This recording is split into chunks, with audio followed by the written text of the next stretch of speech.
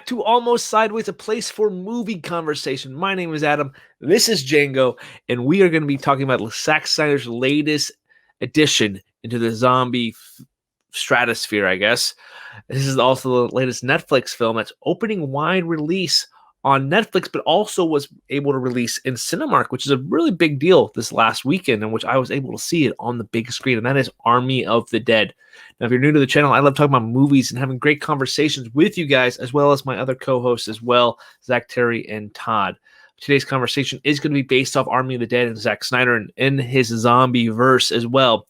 I just reviewed Dawn of the Dead from 2004. You can check that review out right above my head. That just dropped yesterday.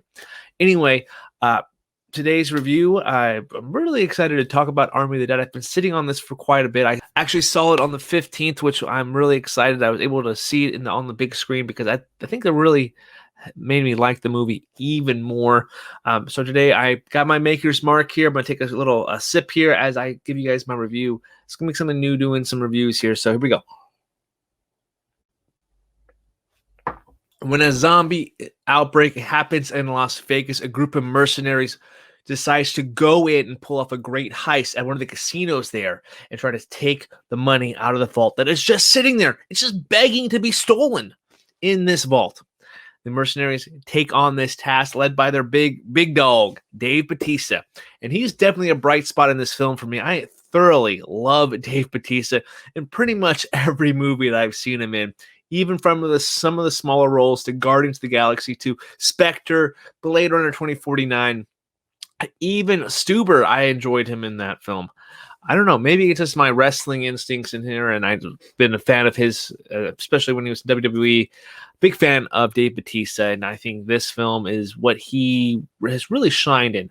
You can say what you will about the other cast of characters, but Dave Bautista is definitely such a strong character in this film. He brings a great persona. You can tell that this guy's a working actor. He wants to get better at honing his craft. And you're definitely seeing that he's paying his dues, taking roles like this one. Considering he actually turned down a bigger film, and the Suicide Squad, if I remember reading that correctly, he chose to do the Army of the Dead instead of the Suicide Squad, which is kind of a big deal, considering he had ties to James Gunn with Guardians. He has a pretty amazing relationship with the young actress who plays his daughter. Her name is Ella Purnell, which I thought she was really good in this one. Kind of not really doing a ton, but also is able to move she was a character that moves the plot along really well, but also is a character that isn't reliant on other men. She can hold her own in these battles as well. There was some anticipation going into this movie for me because I loved Dawn of the Dead, and I wanted to see, and also Zack Snyder's Justice League. I really liked those films, and Zack Snyder has been a director that has been hit or miss for me. I like a lot of his films. I do thoroughly enjoy the Justice League. I do think the new version is very good. Watchmen is one of my favorites, and the Dawn of the Dead film. There's some films that I definitely missed the mark for me, like Sucker Punch, for instance, and even 300 I'm not a big fan of. This one, I feel, kind of falls in the middle. However, but in this film, they are definitely terrifying. There are some really amazing sequences from zombies ripping people apart to even moments where our mercenaries have to tiptoe in a casino and not touch any of the zombies as they're in, I guess what they would say, hibernation. Another thing I really loved about this movie was some of the witty dialogue. Some of the characters are quite funny, and I did find myself laughing quite a bit. The subtle humor that this film does have was refreshing. Maybe I was just seeing it on the big screen, being back in the theater once again, seeing a big blockbuster film. And I guess that's another big cool point, is that this is maybe the kickoff of blockbuster season. But it's also very interesting that the kickoff of blockbuster season is by a Netflix film. And I think having the Cinemark kind of buying the rights to a Netflix film and having a release a week before the actual Netflix release is actually a really smart move. And I hope to see this moving forward on some of these bigger films, because this is a game-changing move that Cinemark was able to pull off. And I think for the most part, this movie is worth the time to see in the big screen if you're able to. There are some negatives here, but I want to talk about some more of the positive things I really loved about this film. And I think some of the cast of characters definitely need to be talked about here. I loved this one character. His name was Ludwig Dieter. He was the safe cracker. Can't pronounce his name really well, but his Matthias. I don't know how to say his last name, but the guy who plays Dieter here, the the safecracker, was one of my favorite parts of the movie. He has really a cool pivotal moment that I thoroughly will remember for the rest of the year. I really enjoyed it. Some of his humor here and his little witty moments that he shares with another character here are amazing, and I really just kind of adored this character a lot more than maybe the movie was intending me to do, and I always seem to do that with some minor characters here. There's a character also played by Nora Arnzetter, she plays Lily, or the Coyote. She's the escort of the group, leading the people into Vegas. I thought that's actually a pretty cool little character there. Seeing her being able to lead a group and also hold her own and actually know a lot about the zombies, where the other characters didn't know a thing going into this. Because in this film, the zombies are really self-contained in the Vegas area. So having a person be able to know a little bit more and give you some background to the characters, I think that was a really smart decision the filmmakers were able to do here. One of my favorite sequences in the entire movie, and also maybe goes to one of my favorite characters in the movie, and this character is Chambers. Her name is Samantha Joe. She's not a big actress or anything like that, but from what I heard, from what I was hearing and reading, is that she's actually a stunt performer, and she had a pretty dang big role that I hope leads to a little bit more action movies as well. There's a sequence here that is very amazing. She's a kick-ass character that really holds her own, and even my wife and I were like just amazed by what she was able to do in this sequence. Hold her own, kick some zombie ass, and it was just really brilliant to see. That's definitely one of my favorite sequences, and that's one sequence I'm really looking forward to rewatching on my surround sound system at home when it pops up tomorrow. Really excited to watch that. Chambers is one of my favorite characters, along with Dieter, and of course Bautista's Scott Ward. One of the cool things I love about zombie movies is that sometimes they change the lore because we don't know what zombies truly will be in real life, if they ever do exist. Hopefully not. But anyway, they changed something here, and I really kind of enjoyed it. There is this zombie queen, and she is quite terrifying. It reminded me of a Circus du Soleil performers brought to life in this zombie apocalypse.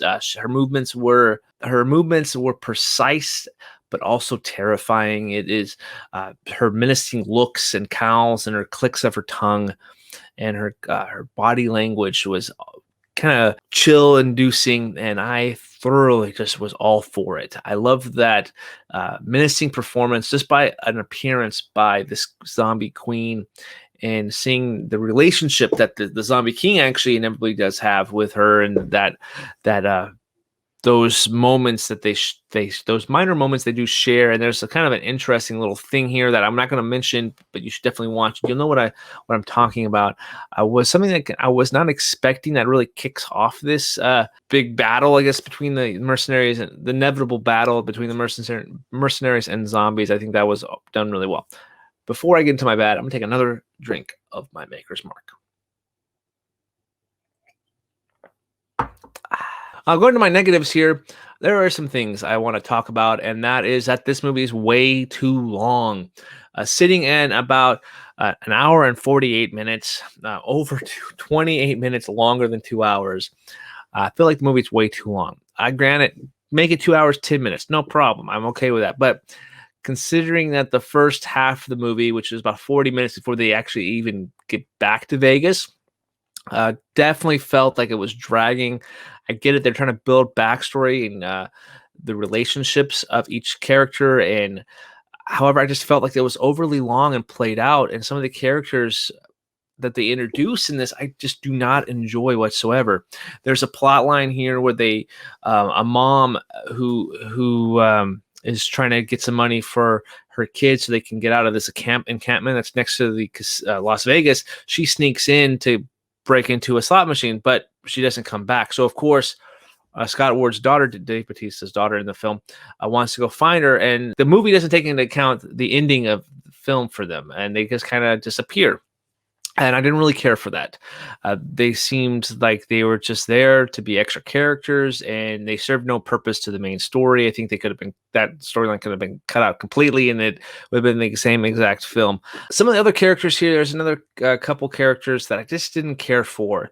The main guy that sends this mercenary team out, I understand you have to have this guy that gives them a task to go do, but the guy who plays their sidekick, he's a familiar face, but I can't quite pinpoint where he's at.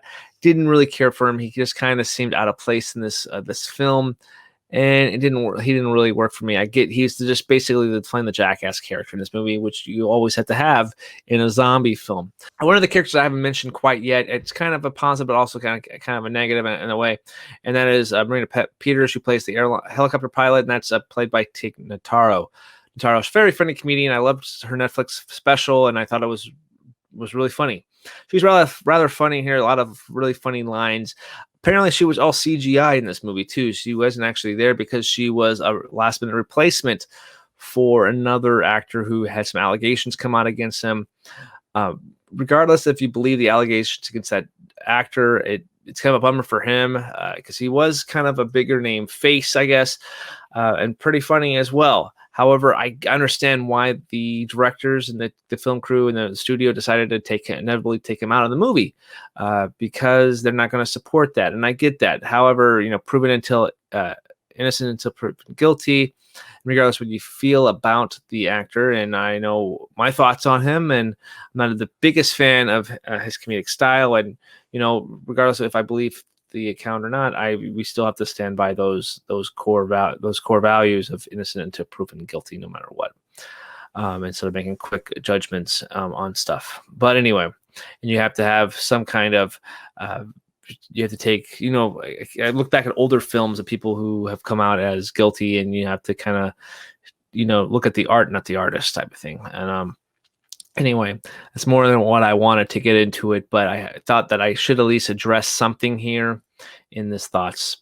But overall, guys, I think that this movie played off really well on the big screen. I want to see how it transitions into the little screen. I really love Dave Bautista here. I think he's great in everything. I loved the relationship between him and his daughter in this film, as well as the other cast and crew. I think he really brought some really powerful, heartfelt moments.